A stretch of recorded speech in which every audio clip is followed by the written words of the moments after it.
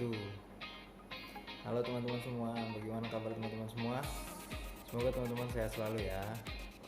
Sebelumnya perkenalkan, nama saya Muhammad Miftahul Fauji dengan NIM 17224996111. Nah, pada kali ini saya akan mencoba untuk membahas tentang prinsip perangkat keras input output dan juga prinsip perangkat lunak input dan output. Sebelum memasuki pembahasan, saya mohon izin kepada Bapak Sandro Alveno, MKOM, untuk menjelaskan apa itu prinsip perangkat keras input output dan juga apa itu prinsip perangkat lunak input dan output.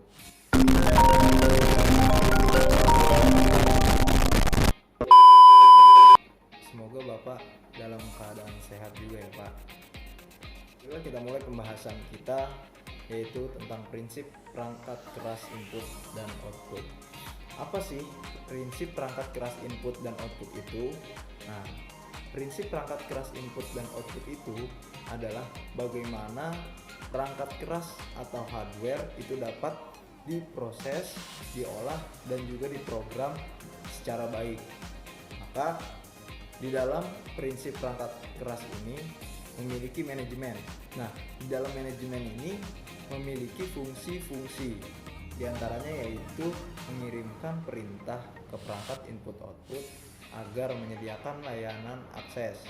Nah, yang kedua, menangani interupsi perangkat input output, menangani kesalahan pada perangkat input output, menyediakan interface ke pemakai. Selanjutnya yaitu adalah input output device. Apa itu input output device? Input output device merupakan perangkat keras yang berfungsi untuk memasukkan dan juga mengeluarkan suatu data dan perintah ke dalam suatu sistem komputer tentunya. Perangkat input output dapat dibedakan berdasarkan sifat aliran data dan juga sasaran komunikasi.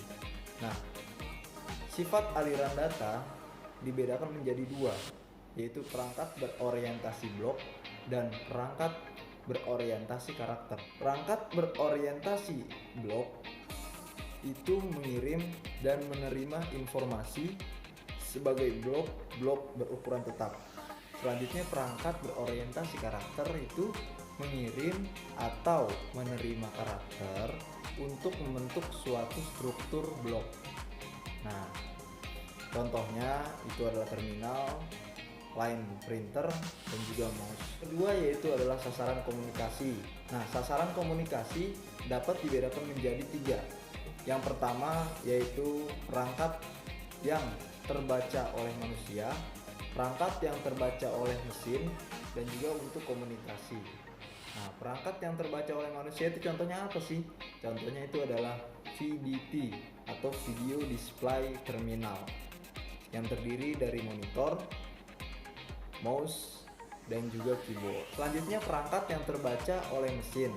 Contohnya adalah disk, tape, sensor, dan juga controller. Dan yang terakhir untuk komunikasi, contohnya itu adalah modem. Selanjutnya yaitu device controller. Apa itu device controller? Device controller merupakan sirkuit digital yang berfungsi untuk mengontrol kerja komponen mekanik ataupun komponen elektronik dari piranti input output.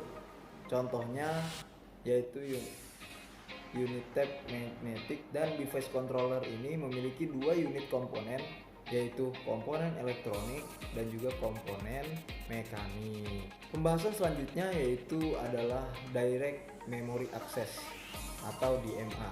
Secara singkat, DMA itu adalah mentransfer seluruh data yang diminta dari memori secara langsung tanpa melalui proses.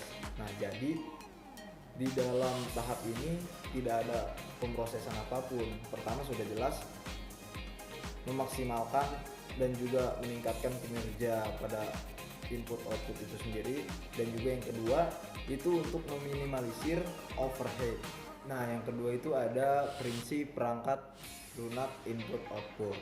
Prinsip perangkat lunak input output itu adalah organisasian software dalam beberapa layer, di mana level bawah menyembunyikan akses atau kerumitan hardware untuk level di atasnya. Nah, level di sini akan berfungsi sebagai antarmuka atau interface ke pengguna. Adapun tujuan perangkat lunak input output adalah yang pertama yaitu konsep dalam desain software input output, merupakan device independence dan tidak bergantung pada device yang digunakan.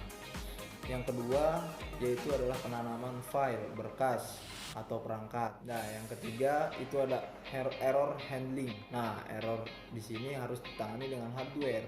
Selanjutnya yaitu blocking dan interrupt driver transfer. Pemroses mulai transfer dan mengabaikan untuk melakukan kerja lain sampai interupsi tiba.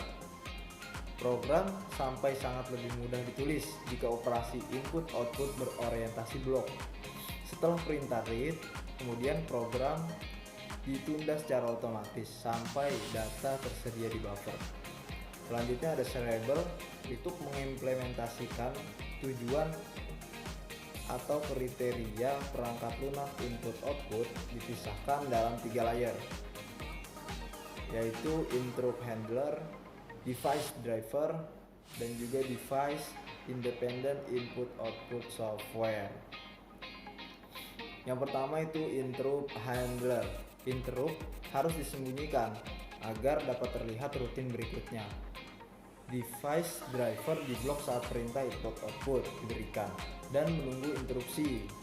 Ketika interupsi terjadi, prosedur penanganan interupsi bekerja agar device driver keluar dari state block. Selanjutnya yaitu adalah device driver. Nah, seluruh kode device dependent terletak di device driver. Tiap device driver menangani satu tipe atau satu kelas driver. Nah, tugas dari device driver untuk menerima permintaan abstrak dari software device independen di atasnya. Tugas dari device driver yaitu untuk menerima permintaan abstrak dari software device independen. Selanjutnya yaitu adalah device independent input output software, yaitu adalah software input output yang tak bergantung pada perangkat keras. Fungsi dasar dari software device independent adalah yang pertama membentuk fungsi input output yang berlaku untuk semua device, menyediakan interface uniform yang seragam ke user level software, memberikan penamaan device, memberikan proteksi device, memberi ukuran blok device agar bersifat device independen, melakukan buffering, mengalokasi penyimpangan pada blok device, mengalokasi dan pelepasan di dedicated device, melakukan pelaporan kesalahan. Nah, mungkin hanya itu yang dapat saya sampaikan. Banyak sekali kesalahan mungkin dari tutur kata ataupun dari penjelasan materi yang saya sampaikan, maka pengoreksian itu sangat penting bagi saya dan juga saran dari Bapak maupun dari teman-teman untuk pembahasan kali ini. Wabillahi taufiq wal hidayah. Wassalamualaikum warahmatullahi wabarakatuh.